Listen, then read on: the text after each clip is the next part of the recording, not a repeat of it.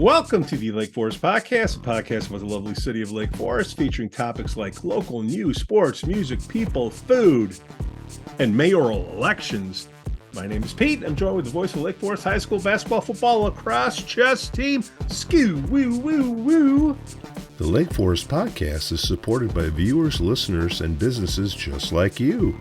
Make a memory of a lifetime with Shark Eye Outdoors out of Longboat Key, Florida. Experience their shark beach fishing, kayak tours, and fossil hunting. Go to sharkeyeoutdoors.com and schedule an outing now. Forest Bluff Real Estate Group serves Illinois, Wisconsin, Lake Forest, and Lake Bluff. John Josephitis, Laura Lee Van Fleet, and Michelle Parno get a free market analysis now at forestbluffrealestate.com.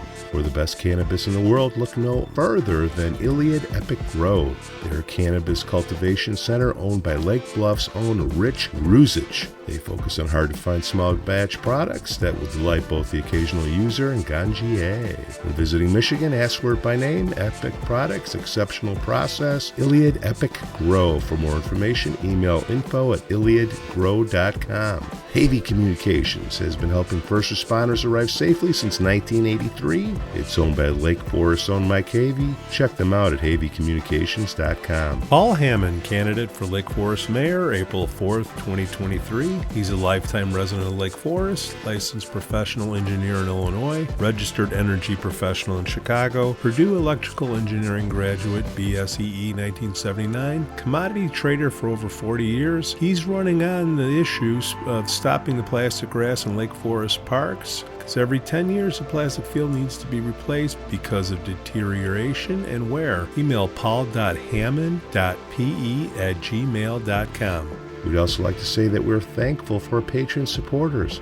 Reverend Luke Beck from the Church of the Holy Spirit. Matt A., Elizabeth C., Costa, Lance, Otto, RDM, John C., Dan Rogers, and Mike Adelman. Shout out to the Lake Forest Breakfast Group, Rod Stop in Kenosha, Captain Mike's Kenosha, Greentown Tavern in Waukegan, and the Frolic Lounge in Waukegan. Walker, how you doing, Skoo? Morning, Pete. How are you? Beautiful Saturday. Beautiful Saturday. A lot of heavy wet snow we had on Thursday. And a shovel. We'll see if it really comes down. Everybody knows. Tired of shoveling. Don't want a heart grabber. Hey, who do we have next to us here, Skoo? We have Joe Weiss, recent mover to the Lake Forest. Joe Weiss, thank you for coming on, my friend. Welcome, Joe. Thanks, guys. I feel like, I'm just, you've got this podcast going about Lake Forest, and I've only lived here less than a year. So I feel like Ross Perot's running mate in that debate years ago. Who am I? Why am I here? Come on. He had a rough go of it. So Joe, Stockdale. Yeah, Stockdale. In fact, I got his book up on the shelf up there. Good man. Good man. So Joe Weiss, Skoo's been around Lake Forest forever. I don't think I'm a newcomer anymore. Am I, Skoo? I've pushed you aside. Can I be in grad school? Still out. Jury's still out? All right. Depends on how the show goes. And Joe's like less than a year here. And how Joe and I got to know each other. We have no fact checkers on the show, Joe. And I put some facts out on the interweb, and you were kind enough to explain to me that I got it incorrect. One of the things I got wrong, because, we are the truth of Lake Forest. We have a mayoral election, and we have one candidate that I thought donated over $400,000 to the Democratic Party, and I was incorrect. I was incorrect by over $600,000. Is that true, Joe? Yeah, if you take the records from the Illinois State Board of Elections, which is all the state and local candidates, and then the records from the Federal Election Commission, which is any federal office, congressman, U.S. senator, president, you add that together, she's donated over $1 million to either the Democratic Party itself or to Democratic candidates. And it's a who's who of the Democratic Party. we've well, the first thing is, if you want to get into some of the names here, and we'll get into it. But I want to. You corrected me on the figure number one. Then I'm like, who the hell is this guy? Well, number one, he's right. But how do you know so much? What's your background, Joe? Oh, my background. So, a few things. I grew up in the Niles Township area, Skokie, Morton Grove. Went to Niles North back when we played Lake Forest in the North Suburban Conference in the 80s, Skoo. So, I interned. I interned for Governor Thompson back in the day, and when I went to Loyola University and got involved there and got in on his last campaign, and then Governor Edgar, Judy Baar Topinka, Leslie Munger, Bruce Rauner, a lot of moderate Republican people, Bob Dold. I readily admit, you had guests on last week about the referendum. I readily admit I'm a Republican. I'm not going to talk about the referendum. That was last week's show. So we're going to talk about the mayoral race. But I was a village trustee in Morton Grove for 4 years. And then I was on the District 219 Niles Township High School Board of Education for 8 years.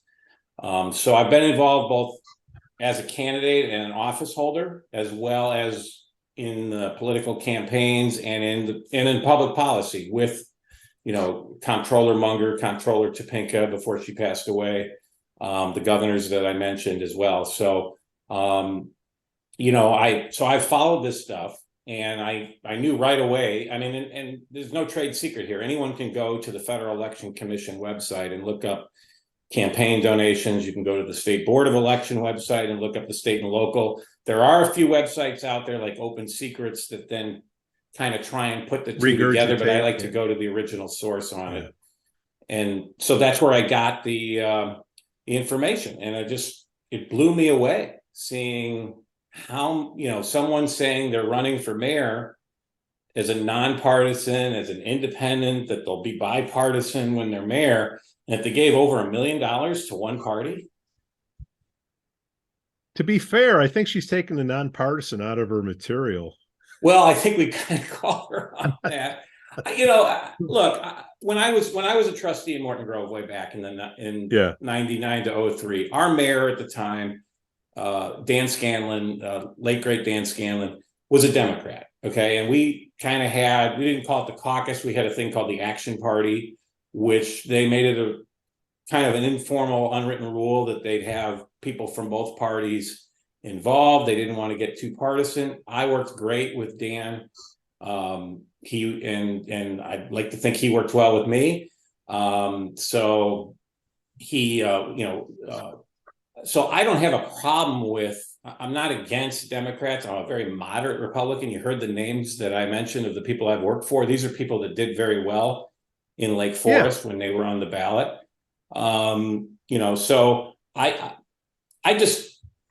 but I'm troubled that someone can come in to office, and I don't know any of these candidates. I'm not part of the caucus, so I guess technically as a resident I am. I wish I had known about that when they had that big meeting. I would have gone. Right. But I was still unpacking boxes, so I kind of missed that. I'll go next time, I guess. But I was troubled by that there would be someone coming in really tipping the scales on the partisanship level. Like I said, I've not met any of them, but they all seem like nice people. But I have an issue with someone that heavily partisan. Particularly, this is Lake Forest. This is not Evanston. This is not Chicago. Right. This is not this is not even Highland Park, where their mayor is very partisan. Appeared in the governor's reelection campaign commercials. I think Lake Forest is a very bipartisan community. Yeah, some Democrats have done well here, but the names that I mentioned have done well as well. So how do I, and I think the vast majority of residents are probably more like Skoo, where they're independents. They don't identify as a Democrat or a Republican. And that's how do they feel with having the leader of their community be so in your face to one party, whether it's the Democrat Party or the Republican Party. You know, Dick Uihlein lives in Lake Forest. I'm sure if he was running for mayor, that these same issues would come up with all the money he's given to Republicans. So, you know, I think it's a fair question to ask.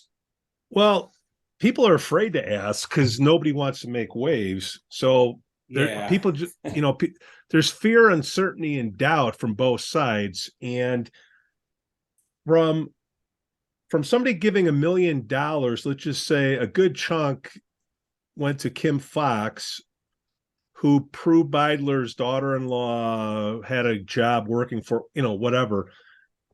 The reason why it's such a big issue that people are telling me about it is because they're worried about public safety, because we have people hopping on the trains coming to Lake Forest. I don't know if anybody have seen, you know, a lot more stranger people around town, but they're coming in town. And if they do something, then you have is it Eric Reinhardt? Yeah, he's Kim Foxx. Kim Foxx Jr. Yeah. So Lake County State's attorney. Yeah, so that's the number one thing that people are worried about on the public safety issue. If you spend that much money working with those people, are you going to slowly turn Lake Forest into Chicago? Now, Skoo, I know you're going to say never going to happen, but I think we're jumping to a fearing answer to, you know, the mayoral election in Lake Forest, that you know, we're going to be overcome by crime in Lake Forest. I doubt it. No, you're right, Skoo. But we have, yeah, I know. Lake Forest is not an island either.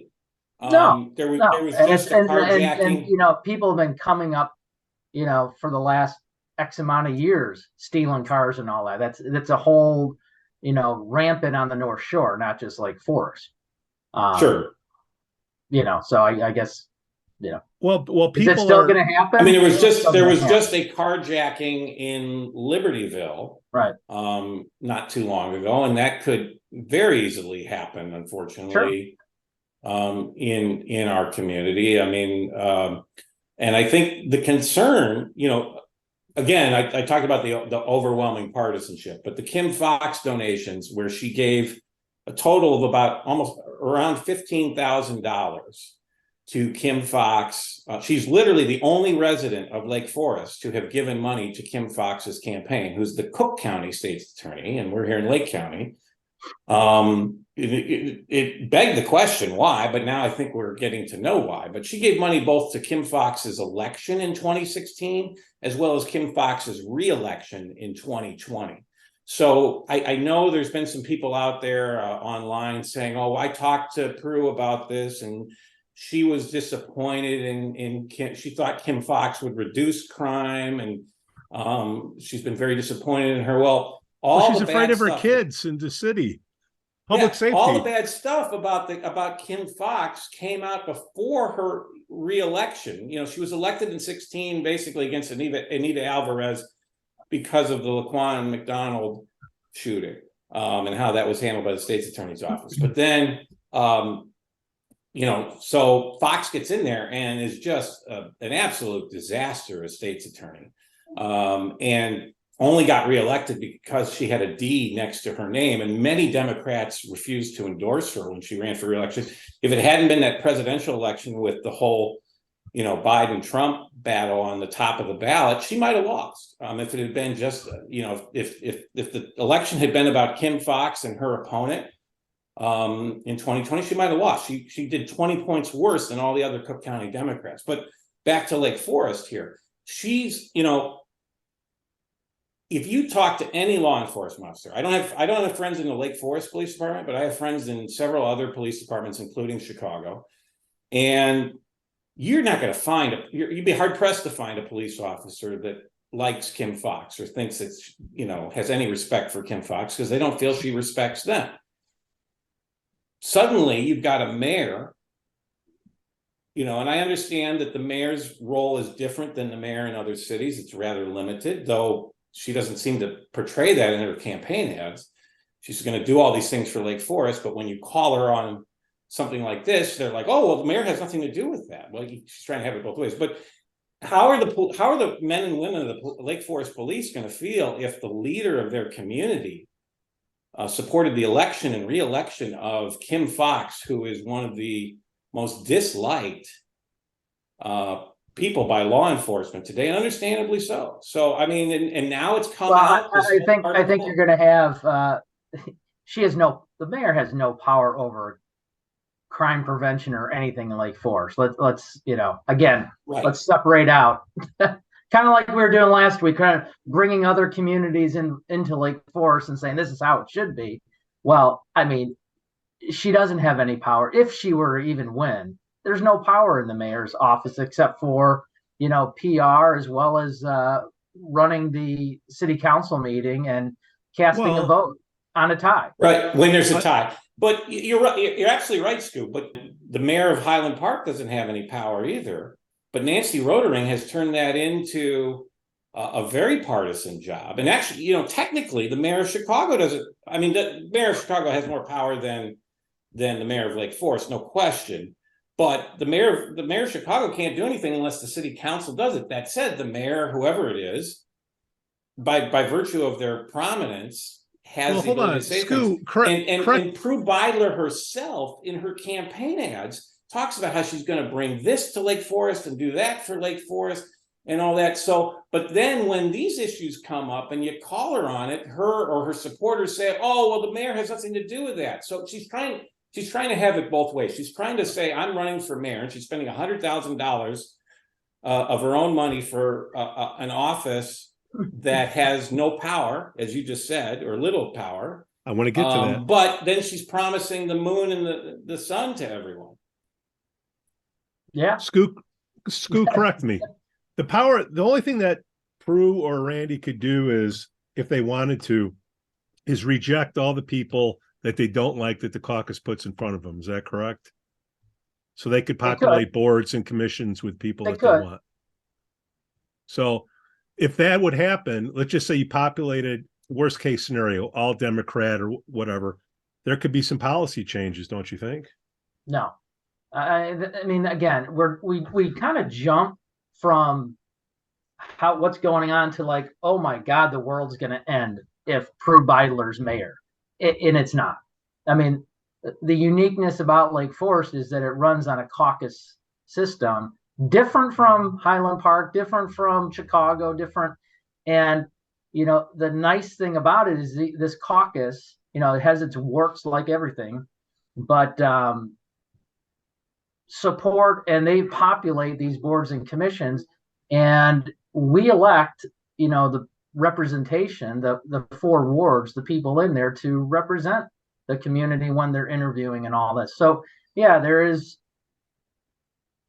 opportunity to have more Republicans than Democrats, but that the whole idea around this is, when you say there's no power, there is power in that. That's all I'm saying. Not really. When you check your partisanship, that's the process is, if the people that are on the committee do their job the right way, you don't have this stuff, and that's the beauty of it. And stuff like Prue, it's an anomaly. She didn't get her way, and now she's spending all her money to try to get elected to a position that I don't even think she understands what it is. And that's the funniest part about it, is that the first question I would ask is, why would you spend so much of your own money, I don't care if you have money or not, to be in this position, and I want to do this. And I mean, she back and forth on every topic. She has an answer for every wrong thing she said. And, it's just not that's I think the strength of the caucus is weeding people like her out.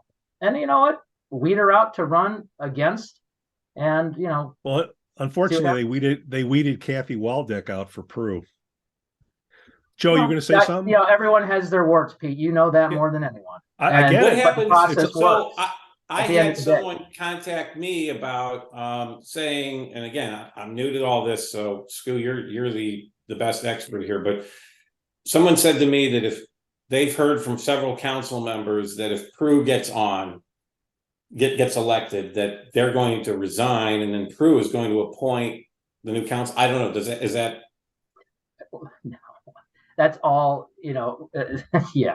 I don't know anyone that would resign from alderman because of a mayor that has no power wielding over them. I mean, it just, and then I say the aldermen have, there's, aldermen coming in, aldermen going out in a year or so. So, I mean, it's just, it all comes down to the process. I mean, but what's happened as a result of Prue's candidacy is she's injected this whole partisan tone to it, and this whole spending. I mean, she's elevated the cost of serving in this voluntary $10 a year position that has limited power. She's elevated the cost of that to where a lot of people aren't going to be able to run down the road if that continues. And like I said, that's not true. I mean, again, that's not true, because when you go through the process, if you raise your hand to volunteer, and so you may raise your hand to be mayor, or someone comes knocking at your door and say, hey, why don't you run for mayor? The cost issue is not an issue when you go through the process and get nominated like Randy did the right way through the caucus. You're not spending that. The spend comes from the caucus, and that's the community, whether donating money or not. The expense is on the person that says, you know what, I'm going to run against it because I think this is bullshit, and I didn't get my way, so I'm going to run. So God bless you, run, but no one's supporting you financially except yourself, and you have to go drum up those people. But she's jacked up. She's forced the caucus to raise and spend a lot more money. I mean, yeah, that's a misnomer. Caucus, anytime there's a contested election with the caucus, money they have to raise money too. And that's the whole idea behind the community donating money to the caucus along the way. So they have money in the coffer, so to speak, when there is a contested election. And typically there's not contested elections because the process works. But, when there is, sometimes you got people running, against a mayoral candidate like we have here. Prue is unique because there's rarely someone that supports the caucus for her entire life and then doesn't get her way and then runs against it. And you have people that, like Paul Hammond. You get people like that all the time that say, I want to run against, the caucus for whatever reason. And, that's, you got to come up with your own money to do that. And, it's like yard signs. I don't see Paul Hammond yard signs. He doesn't want to spend the money. We took half the only show. Money he spent is sponsoring this show here. So I think one of your sponsors, but it's support. It's support. Support. Excuse me. Sorry. Thank you. So, okay. So that's the partisanship thing. So to Prue's credit, she took the nonpartisanship thing out. So credit to Prue. Because she got called on it. Well, she's not partisan. Let's be honest. There's a process called the caucus committee that tries to be as partisan as possible. Yeah. When you deviate outside of that and you still try to couple yourself to partisanship and say you're independent, you're not independent. Right. She's clearly a chosen party, and she's trying to lie to people by saying she's independent, and she's not. Right. Well, and that's why I wanted to bring all of her donations to light. Like I said, the vast majority of residents of Lake Forest are not Democrats. They're either Republicans or they're independents. So, and to have someone so hyper partisan in their campaign donations, $1 million to, Kim Foxx and to Madigan and it doesn't matter, but it does to many residents. It's up. I agree. I mean, and like I said, if Dick Uihlein was running for mayor of Lake Forest, you'd hear the exact same thing. Yeah, absolutely. Yeah, I get it. So, well, look, people are talking about this, and I gave Prue credit for saying she's not nonpartisan anymore. I'm going to slam her again because, Prue, third text I've sent you, I asked you for a comment on the donations after the Kim Foxx thing, cricket. So all I can do is go by what people tell me and Well, allegedly, you're sending it to the wrong person. You have to send it to her, team of people that are well, running. Senator Garrett? yeah, let's talk about Senator Garrett, because allegedly, well, actually, it's not allegedly. I've seen one instance of this where the two of them go into a storefront, and if they see Randy Tack sign in the window, I heard the yelling, and then when I heard what happened afterwards, the term boycott was brought up several times. That if the sign didn't come, Randy Tack sign didn't come down, that they would boycott the business. And these small businesses, they're like, "Hey, man, I don't want no trouble," and then some of them just go in the corner. I don't think, if that's true, allegedly, if that's true, I left Chicago to get away from that stuff. Why does Chicago seem to be following? It's when I first heard about this from you, Pete, it's really disappointing to hear that someone like Senator Garrett would stoop that low. I could see random people that, playing the whole sign games and the stealing signs and all that. Those of us that worked in politics, we kind of laugh about the signs. It's like, okay, if we spend as much time worrying about other parts of the campaign that are much more productive in getting votes than signs, whatever. But I'm really, if what is said is true, yeah, it's really disappointing to hear that a former member of the state legislature, particularly one that now is involved in a group that's supposed to be bipartisan, that the Center for Politics or whatever it's called that she's part of, would stoop to that level. What I would say to the business owners is, look at the history of boycotts, both from the left and the right, over things. They don't work. All right. So what happens is, if you have a good product. Yeah. And also, here's what happens though. If Prue's supporters were to come out and say, I'm going to boycott this, we're going to boycott this business, you know what's going to happen?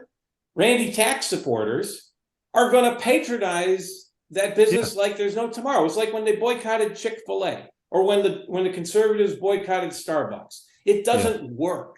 All right. So every business owner should feel free to do whatever they want, put whatever sign they want up, or put up, Morton Grove, some of them used to put up both signs.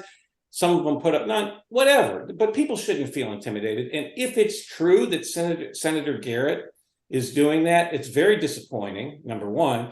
And number two, it highlights and underscores that here's nonpartisan Prue getting, she's getting endorsed and backed and maybe even sign pushing by a Democrat state legislator. I mean, come on. Prue's trying to have it both ways on the partisan issue. But back to the sign issue, it's really disappointing if this is true. Skoo, have you heard anything? True. It is true. I mean, Pete, you saw it firsthand. I saw it at Gerhard's. Yeah, it's not a rumor; it's a fact. Okay, then it's really the rumor is that she did it to another business, and if that's true, several. I mean, doing it once. I mean, you've done it. It's been proven. It's fact that she did it. I mean, it's people need to understand, and unfortunately, people in the community they're rallying behind Prue, are believing that her shenanigans are the right thing, and they're not educating themselves on the process. For example, the big email she sent out to encourage everyone to come out and vote at the caucus meet and greet for the slate of candidates, that's spun that to complete falsehood on the fact that the people spoke, because she emailed 200 of her friends to come out and vote against the slate, and that the people have spoken. That's not true. That's not a binding vote. It never was. The vote is to approve the process that was completed by the caucus. But according to her, she was slighted, and so it starts from there, and it's the education and understanding of how our community works. Unfortunately, people don't want to, and there are people out there that are, don't appreciate the caucus process and have issues with it, which is fine. But at the end of the day, that's how we operate. And, people can run against the slate anytime they want. But, the way she's going about it, she's lying. She's spinning truths to people that aren't willing to understand what really happened. And, it's just, and she's got expert politicians like Susan Garrett helping her spin the lies. And that's all it is. I mean, it's lies. Skoo, have you seen this before, though? Like threatening a business to take down a sign? In Lake Forest? No. Joe, what about you at Glenview? But we've never had a contested election where somebody has felt completely slighted by a process that she supported for years upon years, and a process that got her to an alderman spot. Yeah. And now, because for the third time in a row, she's been turned down by 3 separate caucuses. She feels like, she's been spurned, but no, this has never happened. I mean, you get people that run against the process because they have an issue. I hate to say Paul Hammond, but he has issues with certain things that have happened in the community, so he's running. Well, yeah, that's great, but go through it. Why didn't you go through the process? Didn't want it. That's fine. You can run, but Prue is using the process that helped her get to, I was mayor or I was alderman. Well, you're alderman because of the process you support. Now you're going against it and cheating it. And Randy Tack was an alderman too, right? Huh? So, Randy Tack was an alderman. Yeah, Randy Tack was an alderman with Prue, and play the tape. How she raved about you, and it's a little bit what Bob said. I could count on you getting me to look at things from a different point of view. And I think having the opportunity to have somebody you can really rely on to go, but, or have we considered? And you're really good at that. And I think you also, and I would say with Bob, very thoughtful and often quite unique perspectives. And Randy worked incredibly hard on the pension conversation and brought some real insights to that are enormously valuable, and we will think of as we watch that line not cross. There has never been any question in any of our minds of your utter commitment to the community and your ability to express it in your own, absolutely, I'll say it again, unique way, but you've added enormous value to our discussion, and I thank you for that. Thank you. About how great an alderman and a mentor when he came off the council. The other thing about this, this is a question that is, continues to be missing, and should it be or not? Randy Tack was a better alderman than Prue was. Randy Tack was asked to lead committees while he was alderman. Prue wasn't. Prue was asked to co-chair or co-lead committees. That's a big difference as an alderman. Can you tell me if this is true or not? Yeah. On Prue being an alderman or whatever these things, she would rally really hard to lead these things, and then once she got appointed to them, she disappeared. Well, I don't know how true. Meaning, like not showing up or. Well, yeah, that's one of those. That's why Prue's strength, if there is one, is fundraising. She's a good fundraiser and has been, and it's been proven. She's not a good leader, and that's again, the process, warts or whatever. Cathy Waldeck. I know she was a good candidate, but something happened in the interview process along the way, just like everything else that occurs, and Prue somehow got through the chain of command. But you got to understand, here's another thing that Prue did. These aldermen, when they're being moved along, or not aldermen, but when you're running for mayor and all, you're asked a question by the caucus. If you don't get the nod, are you going to run against the caucus? And that's a weeding process, to be honest with you. You know what Prue said? No, I'm not going to run against the caucus. So she lied to them. Yeah, she lied to them. And the whole basis, and who knows what the interview, questions were with Cathy. I thought Cathy would have been a fabulous candidate, but who knows at the time what what questions were asked, and the caucus felt Prue was better. But Prue said, "Yeah, if I don't get it, I'm going to run." She wouldn't have been moved up. her whole So- basis for part of the basis for her running was, if I'm not mistaken, you guys correct me if I'm wrong, but she put in there she was disappointed to learn that no women were slated Right. for office, whether it be for mayor or for city council. You know, and I'm all for bringing more women into government and politics. If, you know, I think but one of the women I worked for, Judy Topinka, who would have been the first female governor of Illinois and was running against a guy who later wound up in jail. Prue Beidler wrote a check to Rod Blagojevich. So when I hear Prue Beidler talking about wanting more women in government, I call BS. Well, because when you had a chance, and I get it's a little different, Skoo, but when you had a chance to elect arguably the most liberal Republican in the history of Illinois, Judy Topinka, against a guy who was already under investigation in 2006. Again, this is old. I know this is almost 20 years ago, but Prue stood with Rod Blagojevich, not Judy Topinka. So I call BS. She wants more women in government that she agrees with. And maybe this is her, but you know, whatever. I call BS on that. I would say that you know, Prue's not it. Let's just put it this way.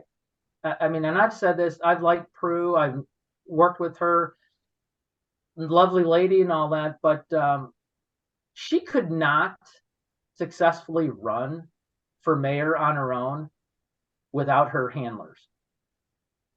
And she's listening to the wrong people that have their own agendas.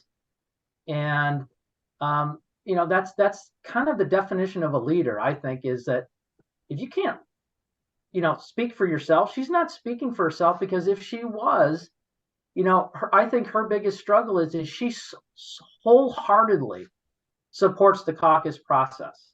And she shares that because she says, oh, when I'm, you know, if I were elected mayor, I'm just not going to get rid of the caucus. I'm going to work with them.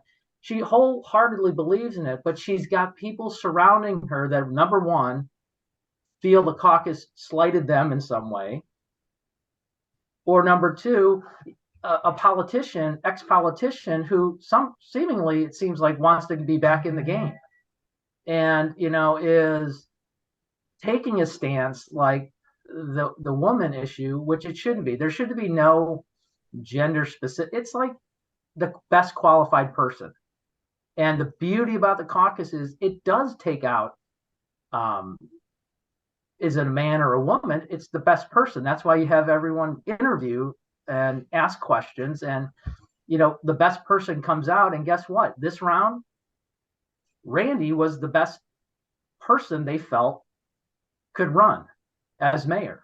So, but people are telling her, no, this is the time to insert yourself as, you know, it's time for a woman, which I think is shameful that has even been talked about by her and her camp. I'd respect Prue more if she just said, vote for me because I'm a Democrat and I'm a female. I can respect that. All this other stuff, the gamesmanship, I don't respect. I don't respect. Go ahead. Sorry. I don't respect somebody that, hey, come on the show or meet me face to face. Let's have a conversation. No. Two, come on the show. I got these things to ask you about. No. Prue Beidler and Susan Garrett. Well, Garrett. Garrett. We just had Garrett. No relation. No, right. I again, and I agree with Pete. I mean, I respect Prue until she did what she did. If she would have just come on and said, you know what, first off, if I don't get elected or nominated by the caucus, she should have said, you know, because she knew that she was going to run no matter what, either via the caucus support or on her own. If she said no, she would have been tossed out. First off, She lied. So then she went through the process of, you know, okay, I didn't get it. So now I'm going to leverage what I know about the caucus and its warts or whatever, and I'm going to twist it on them. And I mean, that's just that. If she would have just said, you know what, I didn't get it, but I'm going to run on my own. more respect for her that way and see what happens. No, she had to then go back and start manipulating the process to get more people to believe her that she got screwed. And she didn't get screwed. She didn't get screwed in any way. She got 3 times. She got turned down by 3 separate caucuses. So that tells me that something was wrong in her interview process. And Joe, all the data that's been put out there, and my new catchphrase is, is it true, Prue and Sue? Not even their handlers, not even their echo chambers can say yes, it's or no, it's not true. Right. Right. That's so a very good point. I mean, when I put out the, and you can go to tinyurl.com/pay-to-play-Prue and read the list of all her campaign donations. But when I did that, or when you called out, or when that article came out over the weekend, last weekend about Kim Foxx, about the Kim Foxx, the specific, we just thought she was supporting Kim Foxx because she believed in Kim Foxx as state's attorney, but now we're seeing that, her daughter-in-law got a job with Kim Foxx's office and with the Chicago mayor's office, where she also gave money to Lightfoot and Emanuel. That is it true? No one can deny this. They'll attack you as the messenger. They'll attack the Lake County Gazette because no one would. What Prue should really do, if I was advising Prue, and like she's going to take advice from me, but or me, if I was I would have her come on your show. I would have her sit on your show with you two guys and answer these questions. Well, I think that when you talk about advising, Prue has gotten a lot of advice from prior aldermen that are friends and have told her this is a mistake from the overall process in the city, but also personally she's damaging herself, whether she wins or not. I mean, the irreparable damage personally and what she's going about, because each time it's like a different, call it a lie or a spin, whatever it might be. I mean they've brought in the railroad stuff already again. I mean, blame Lincoln. Well, the thing is, this whole railroad issue, it's like, they're spinning it like, she's going to change it. The city has no control over what the railroad wants to do. If they want to build it, they're going to build it.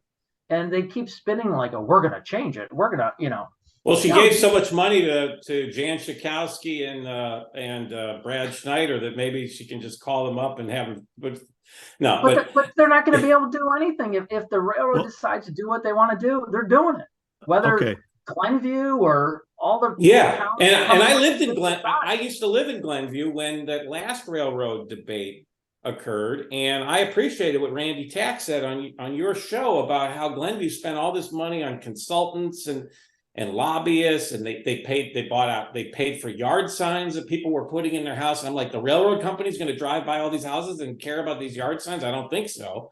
The village of Glenview spent a lot of money on this, but that wasn't what affected the outcome of it. To your point, Skoo, this is a greater issue than any one city or even a group of cities pulling together. I mean, they can go meet with their congressman and their U.S. senator and stuff. The railroad's going to do what they want to do. Right. Exactly. I mean, and the other thing about that is, raise your hand, living in Lake Forest, if they got to build a sidetrack or something, and guess what? Now Lake Forest has a stop to Milwaukee. All those people screaming, if that ever was to happen, against it, that get on the train and say, I love this, I can just ride up to Milwaukee now. Raise your hand, people, if you wouldn't like that. I know I would. How about everyone going to the Springsteen concert last night? They could have jumped on the train in West Lake Forest and gone up to Milwaukee and then jumped on it back to come home. Hey. All right, let's get on to the next thing, guys. So if Prue won't come on the show, she or her handlers and supporters won't answer the question, is it true, Prue and Sue? you have the debate coming up with the League of Women Voters, and there is a picture floating around from a parade where Prue Beidler's marching front and center with a League of Women Voters sign. Wow. Skoo, how is it? Can you get a fair shake if that's who's running the parade for the League of Women Voters? Or am I looking at it wrong? Let's rewind, what, 6 months ago when we were talking about this? And we said, that's going to be interesting if someone runs on the ticket of, it's time for a woman, that the only group that has a debate, so to speak, for candidates is the League of Women Voters of Lake Forest and Lake Bluff. Now, I know they claim that it's going to be they have an outside person come in and all that to, regulate it, or the conversation. No agenda. But I mean, I believe you have to submit your questions and all that. And, if I have a question, is that going to get, bypassed? So I don't know. I just think it's, I don't know. Well, that's Wednesday, We'll March 15th. I don't think that conversation is going to drive who gets elected. I think it's, who shows up there and, what questions and how the candidates handle the questions. But I just don't think the League of Women Voters is that powerful in the community to drive. Yeah, I agree with you. I mean, it certainly gives the appearance of a lack of objectivity. There's no question. That said, my experience, I was in candidate debates back when I ran. The goal in those debates for a candidate is to come out of there without saying anything offensive. A gotcha moment, something or something really stupid or something that they'll hold against you. So everybody in that room is going to be a supporter of one of the candidates. Probably. Right. Are they going to air it on the internet or I don't know. Usually, I think the last time this occurred, they had it on the internet or something, or on their website, I think it was. But I just think it's just going to be, it's a conversation more than a debate. So questions are asked, and then the candidates answer them. But I don't know. Honestly, I just don't think Prue can sit up there and answer questions like that in a environment where there's an opposing view, if that makes sense. Yeah, I like it. But see, our point of, I'm not sure what impact it has in the election.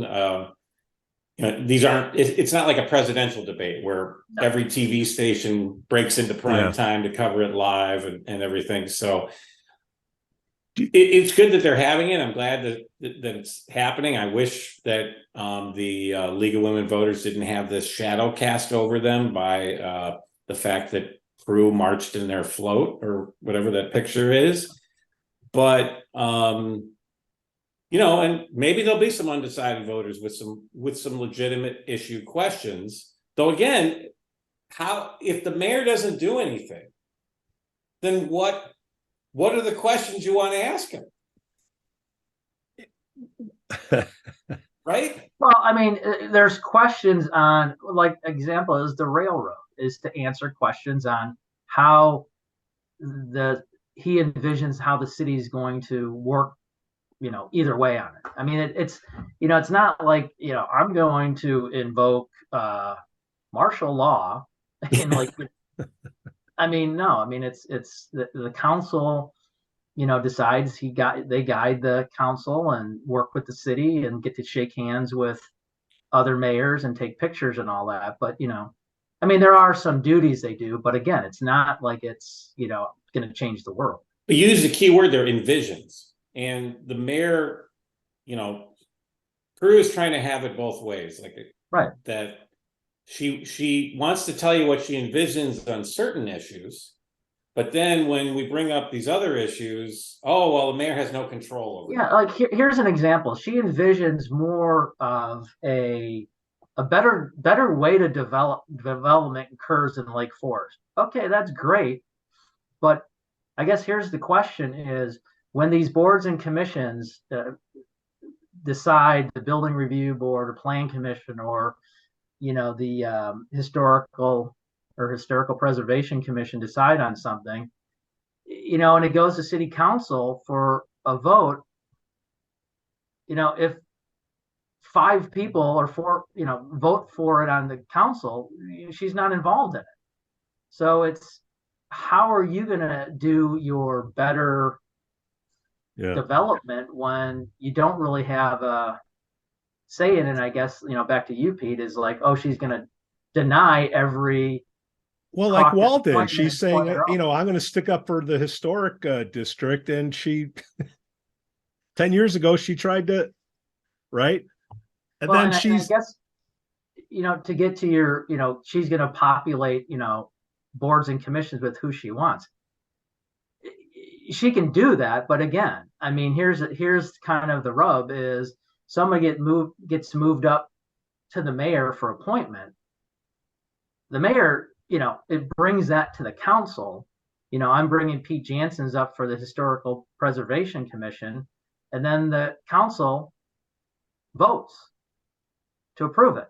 So, I mean, it's like, what's stopping the same process? Skoo, I'm sorry. I look at the worst case scenario and I hope for the best. Okay. What's stopping? Oh, if this works for the mayor selection, then why wouldn't it work for the alderman selection? So you have, you can run this contested election for the alderman, right? Then you own the city council. Okay. Why didn't there's 3 aldermen coming up? Why weren't there any, if Prue's this whole, change the process and fix the process, why didn't Prue have a slate of candidates running against the caucus? Why is she the only one running against the caucus? Yes, they can everyone on the school board, everyone on the aldermen that are on the slate. I think there's 3 aldermen and 4 or 5, or maybe. I think it started with Nancy Novitt. You saw what she's doing now. But I'm just saying, where's the list of Nancy Novitt? If Prue wanted to really kind of change things, Pete, where's her slate of candidates? Yeah, it's a very good point, Skoo, that she's not. This is all about Prue. I know it is. That's my point I'm trying to make. It's like if she's really looking after the city, where is her slate? Yeah, she doesn't have a slate, and that's the funniest thing about it is that you're so against the process, but yet you and your team aren't. You're supporting the alderman and the school board and all that the caucus slated with Randy. Skoo, all I'm saying is, look, is it going to happen? Is it 100% certain? No. Okay. But me seeing what happened, which is so funny and ironic that Jamie Moorhead is now he's riding the lead horse for Prue Beidler.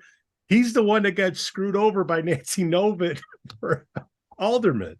And I guess he's one of the examples of, there's flaws in the system. Yeah, I know, but that's one person though. Nancy Novitt, she's checking out of everything, right? She's abstaining from voting, and it starts there. That's all. Right. Keep an eye out. If we don't point it out, who's going to point it out? Right. And all I'm saying is there's flaws in the committee selection process, and Prue's not going to change that if she's mayor. It has to start with the caucus itself and going back to selecting people, not necessarily that are coming to you I want to be X, Y, and Z committee member or alderman. It's going out and shaking the bushes like they're supposed to and finding people that are raising their hand and say, I want to volunteer and help the community. And that's what some of the problems are right now is that they're not doing that. And it's hard. I'm not going to kid you. I was part of it. It's hard. But when you have executive members that are hosting the events for the contested party, again, there's flaws in it, and that's got to change. But that's. I think treason is a flaw. So again, you jump to the like treason. Come on, Pete. I mean, it's not treason. If you're the executive committee for the caucus and you have somebody who's trying to disrupt it. And Yeah, you didn't and do you know anything what? about it. They Yeah. should have had the president of the caucus should have asked that person to step down, and that Well, he's person should have stepped down too. well, he But will in about no less one's than a month. governing that. I You command don't, do you think that she would, if she were to win, she would take over the caucus? Because I've seen that in other communities. No, she can't. How? Yeah, how? She brings all her people in. How? Again, I'm going to ask how. I gave you a couple examples, Skoo. Well, tell me. Okay, give me your example again, Pete. Nancy Novitt. What about her? She's an alderman. Yeah. Okay. Can you get another Nancy Novitt in? How did it go, Joe? I don't know. I'm a novice on this. Pete, you didn't listen to what I just said. Is Okay. when Nancy Novitt Nancy Novitt got brought up to the caucus through the caucus process, and then it went to the mayor for approval. I can guarantee you, when that was a vote by the alderman, the mayor just doesn't. It's got to be approved. Unfortunately, it's rubber stamped. I can guarantee you, some people that voted for her to be on the council are second guessing that. And that's the process that it's got to be changed, where it's even more, solidified with questioning before just rubber stamping it. And the mayor does not have, and I can guarantee you this whole process is being relooked at just from the fact that a mayor can appoint someone, yes, but the council's got to approve it. I hate to be the smartest guy in the room, and that's why Joe is on the show.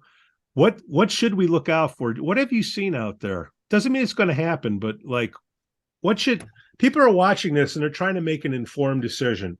Not a lot of people go out to vote. Yeah, they should be watching this then.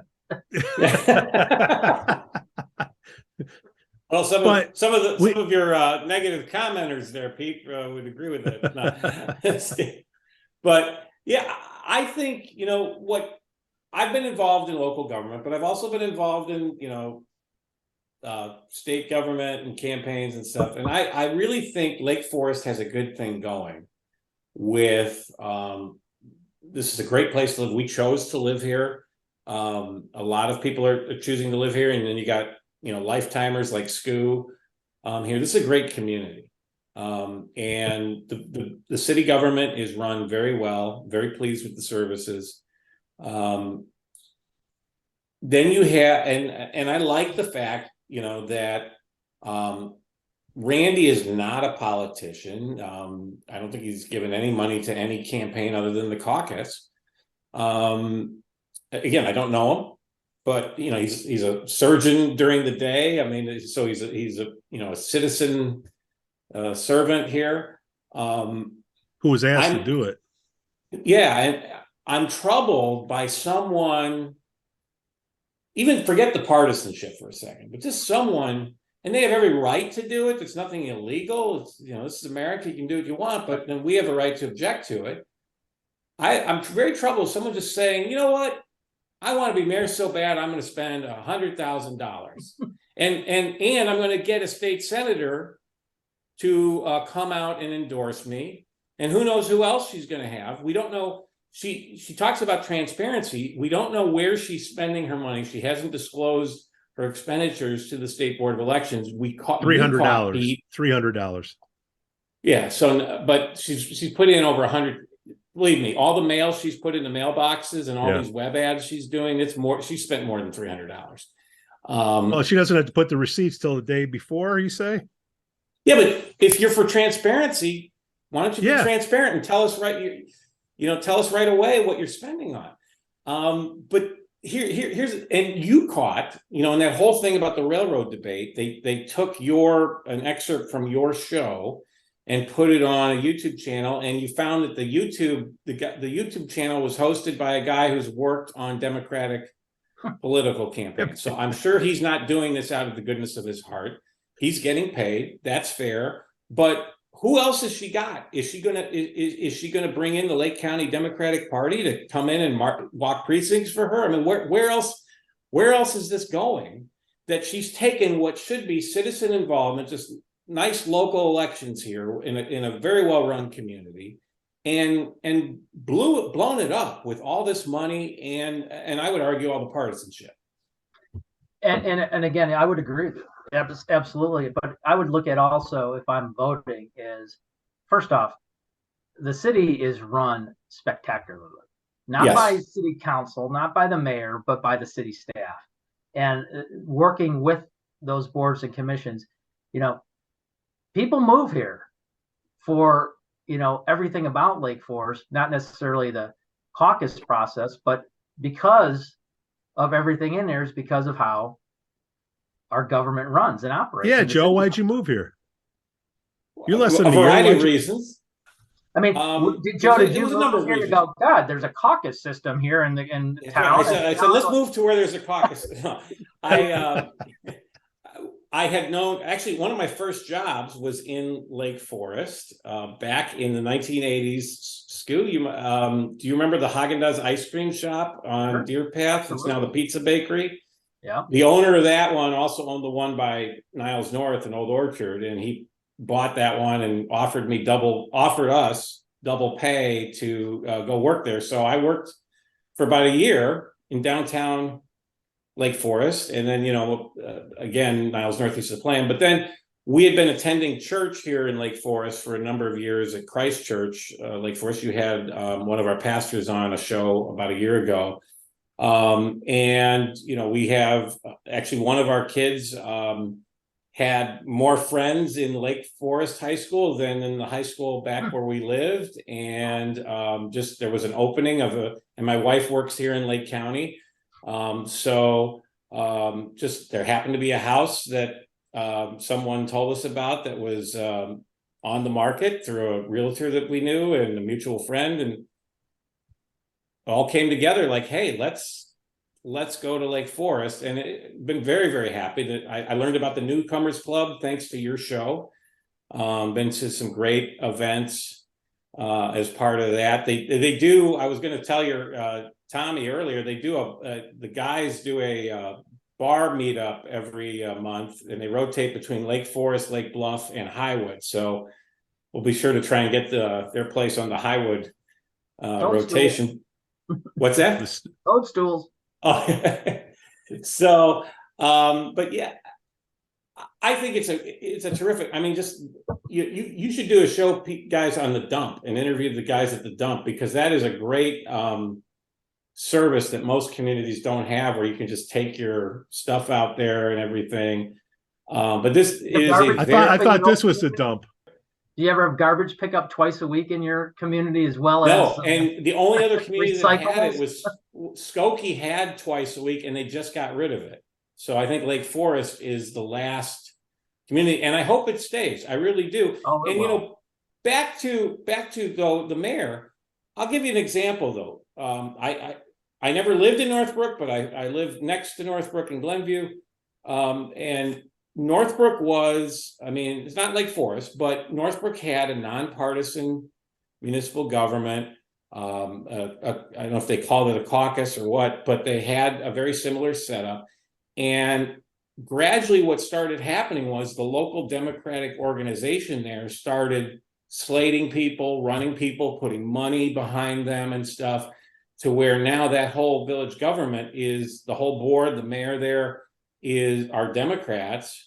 And they don't hide it. They sit at the front table of the Northfield Township Democratic Party dinner next to Governor Pritzker. They just voted in a 10-cent bag tax of, every time you go to the grocery store, a 10-cent bag tax. So when you say the mayor doesn't necessarily have power, I'll go with that, Skoo, but over time, if they start running, if the Democratic organization comes in and starts, or the Republican organization, I don't want either party doing that. But if they start coming in, are they going to start doing things? Does Prue support a tax on bags at Jewel? Does Prue support that? She gave money to Rahm Emanuel, who put in or Tony Preckwinkle, who put in the soda pop tax in Cook County. Oh, Are those things that they could do? Yeah, I mean, I guess here? Yeah, they could, but I just think it is too difficult for one person like her to all of a sudden, if she does win, change things. There's too much pushback, particularly with the whole process. Yeah, you have infiltrators or whatever you want to call them in the caucus but I just think there's just too much where you run into, I can't imagine that. I would be shocked either party all of a sudden takes over the caucus thing.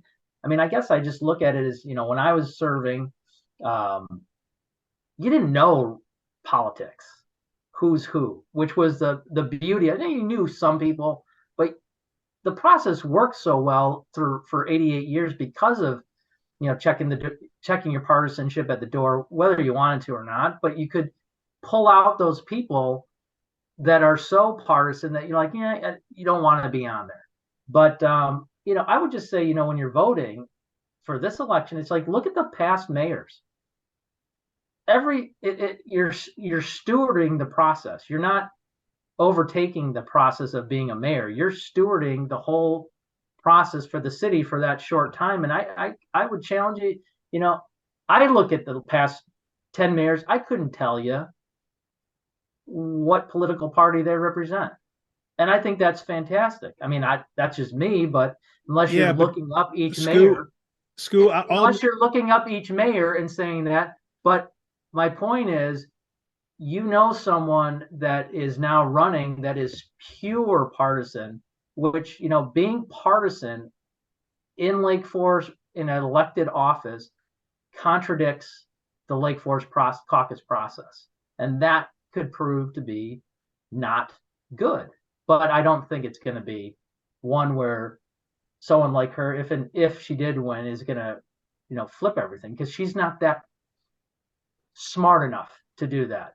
The difference between now and then, Skoo, if she was elected mayor, you would see her flip-flop so quick of how she supports the caucus process and everything else. Guaranteed you that. But she's doing what she's doing because she's being coached by people that think there's some gift at the end of the rainbow. And no, there's a method to the madness, Skoo. I'm just telling you, with social media, it's turned into an identity thing. It's different from back when you were doing it. You identify with your party now. Okay. So that's where you get into this echo chamber stuff, and you can influence. Go ahead, Joe. There, when I was in Northfield Township, the last election was right after the January 6th riots, insurrection, whatever you want to call it. And the Northfield Democrats were making everything into a referendum on January 6th. These local races, school board, city, village board, township office, all these local offices where you had good people on both sides. And if you didn't go with Team Blue, you might as well have been one of the people that stormed the Capitol that day. That's how vitriolic it got, and social media brings that out. You see a lot of the people that challenge you, Pete, on when you challenge Prue, and a lot of people defending Prue on social media, they still have the profile, the picture with, I got vaccinated, one of the candidates for president. And like I said, and it cuts both ways. If Dick Uihlein was, I wouldn't want Dick Uihlein running for mayor of Lake Forest either. Well, I guess the point, Pete, to disagree with what you said, social media and everything has changed things from when I was on the caucus. Absolutely. But you know what? It's actually something that's good for the caucus to utilize. I mean, if I was a ward chair like I was today, and I'm trying to fill 9 spots on the 3rd ward, one of the first places I would look, if Pete Jansons is applying to be, on the caucus committee, would be looking at their social media, because the first thing is, can you check your partisanship at the door? And some of these people that are out there posting all this stuff right away take themselves out of the game of being nonpartisan. And that's kind of where, the caucus needs to be, and they're not. They're picking their friends that are, because they're lazy and they don't want to go interview people and find people. So they're doing the they don't have choices. Joe, how do we get more people to come out and vote? We'll end it there. It's easier to vote in Illinois than any other state. I mean, multiple times. yeah, that's Cook County. No, but We're talking I mean, 2,500 to 4,000 votes for mayor. It's been pathetic. Now, I think the combination of this, this simmering with Prue versus Randy, as well as the Lake Forest High School referendum, I suspect the turnout will be a little bit higher. But look, Chicago just had the vast majority of people in Chicago in that first runoff didn't vote in that. So I don't know. Silence. What's that? Moment of silence. Lori Lightfoot. Okay. But you may miss her after Brandon Johnson becomes mayor. But that's but no, seriously, the I don't know. I because unless it's on Fox or MSNBC, most people don't pay attention anymore. We've become so in our little cable TV silos that, people, there's a lot of people in this town included that know more about what's going on in Washington than they do in their own neighborhood, and that's unfortunate. And that's what we're trying to do here. Yeah, I think this is I think you guys doing this podcast is great. As Skoo said, I think Alderman could use social media to their advantage too. So I just want everyone to know, look, like I said at the beginning, Prue has a right to run. Prue has a right to donate money to who she wants to donate, but I have a right to let the voters know about that and let them think about that as part of their decision-making process. Yeah, we're and vetting. It should be more focused on Randy and the slate than giving Prue that time of day. And you're right. You're right. That's absolutely right. I mean, Randy kind of, and that's the shame of it. Like Randy, again, I don't know any of these guys. I hope to meet them. But Randy seems like a dedicated citizen. He's an orthopedic surgeon.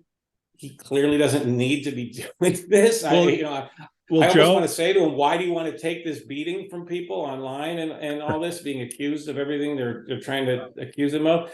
But Randy followed the process that you have with the caucus, and I think Randy would continue that tradition of good government that Lake Forest has had for so many years. Randy was asked to volunteer and be an alderman in the 3rd Ward, did a phenomenal job. Then he was asked a couple of years later, or whatever it was, to interview and run for mayor. Didn't raise his hand and say, I want to be mayor. Was asked by the caucus as well as other people to say, would you throw your hat in the ring? You'd be a good candidate.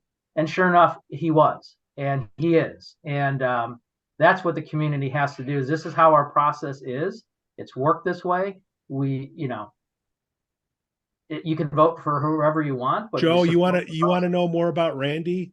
Monday, Duffers have a drink with Around with Randy. Monday, March 13th, 4:30 to 6:30 at Duffers, 950 Northwestern Avenue. You know what that's down the road from, Skoo? My house. The Lantern. You know who was at the Lantern last night? With really bad parking etiquette. Like Prue and Sue were having a little, powwow. Well, she posted that she was there. She put on there, hey, enjoying. She's doing which is a good politician thing to do. She's going around to all the different restaurants and shops and posting pictures. I bet she won't do one at Gerhard's. But when you're saying it was a bad parking job, she did the Lake Forest Park turn. Pete apparently saw that she was there, and what she did. Well, you got the senator. She was going north and decided to cross over the double yellow line because there was a parking spot on the south side, and she parked halfway into both spots. Is that what you're saying? That's a Chicago parking job when you're a senator. How long you get to keep those plates, Joe? Forever? Forever. Wow. SSG. That's power. Yeah, with the special retired senator. She was in both the House and the Senate. She took over from the late great Corrine Wood who was Oh. from Lake Forest, Right. who was the state rep, and then when Corinne became lieutenant governor, Garrett became the state rep, and then when they redistricted, I believe Susan Garrett beat Cathy Parker back in 2002. And then I think she was in there for 10 years. I have no idea. All I know is 10 that years. parking sucks in town, and then the senator takes up 2 spots with her Porsche. Is that what In front of a small business? in front of a small business? Oh, it's a Porsche? Well, the UAW is not going to like that if she was still in office, but. Oh, say it ain't true, Sue. Say it ain't true. I just Prue. like, look, people are free to do what they want, but then don't get all upset when other people say, hey, wait a minute, what's going on here? You're doing this and this and this. Let's please explain. Yeah, she needs to answer the questions people are asking, not avoid them.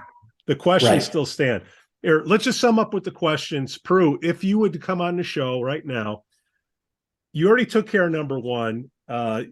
You are partisan. You got rid of the nonpartisan. Thank you very much. Protecting the historic district. We have a question because of Walden. Is that correct? I don't really care about that.